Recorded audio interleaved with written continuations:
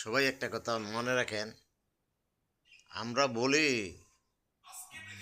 লোকটা সহজ সরল। আসলে সহজ সরল হইতে হইলে আল্লাহওয়ালা হইতে হয়। আর সরল সরল হইতে হইলে ইসলাম পুরো ভিতরে ঢুকতে হয়। আমরা তাকে বলি ঠকে গেছে, আসলে সে ঠকে যায় নাই, সে জিতে গেছে। আর তার ভিতরে জিতার ফায়না বলেই সে ঠক গেছে।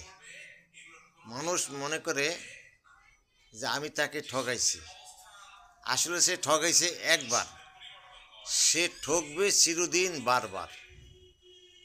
আর যে ঠগায় সে মনে করবে যে মানুষ না, সে তো জানোয়ার, সে তো প্রতারক, তাকে সবাই সিটার বাটপার হিসাবে চিনে।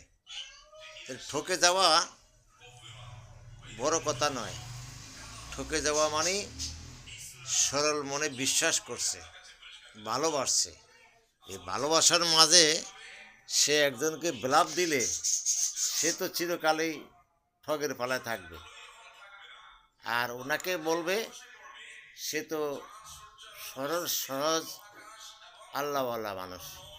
তো আল্লাহওয়ালা মানুষ হইতে অনেক ত্যাগ করতে হয়, অনেক কষ্ট করতে হয়, অনেক পরিশ্রম করতে হয়।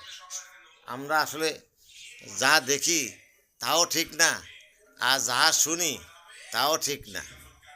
দেখা এবং শোনার ভিতরে অনেক ভুল থাকে, অনেক গলত থাকে।